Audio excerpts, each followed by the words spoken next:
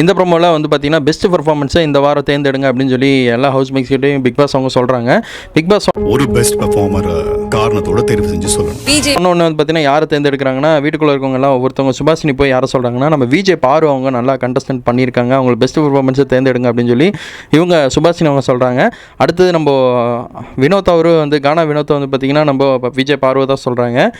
விஜய் பாரு சொல்கிறேன். பார்வதி பிரவீன் ராஜா சொல்லும் போது பார்த்தீங்கன்னா அந்த தெய்வ திருமகளில் நம்ம இவர் பண்ணுவார் பாருங்க விக்ரம், அவர் ஸ்டைலில் வந்து இவர் சொல்ல ட்ரை பண்ணியிருக்காரு.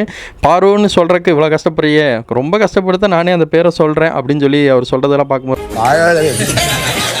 பார்வதி அவ்வளோ கஷ்டமா இருக்கு. இவ்வளோ கஷ்டப்பட்டு தான் நான் வந்து பார்வதி ரொம்ப சூப்பராக இருக்குது. மூணாம் ப்ரோமோ பற்றி உங்களோட கருத்து கணிப்பு என்னவா இருக்குன்னு கமெண்ட்ல சொல்லுங்கள். அடுத்து விஜய் பார்வை என்ன சொல்கிறாங்கன்னா, நான் தெரிஞ்சோ தெரியாமலோ செஞ்ச பாவங்களை எல்லாத்தையும் மன்னிச்சிருங்க, உங்கள் குரூப்பிசம் உங்களுக்கு ஓட்டு போட்டிருக்கு.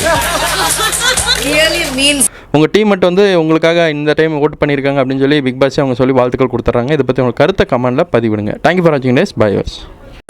தெரிந்தோ தெரியாமலோ அறிந்தோ அறியாமலோ நான் செய்த தவறுகளை எல்லாம்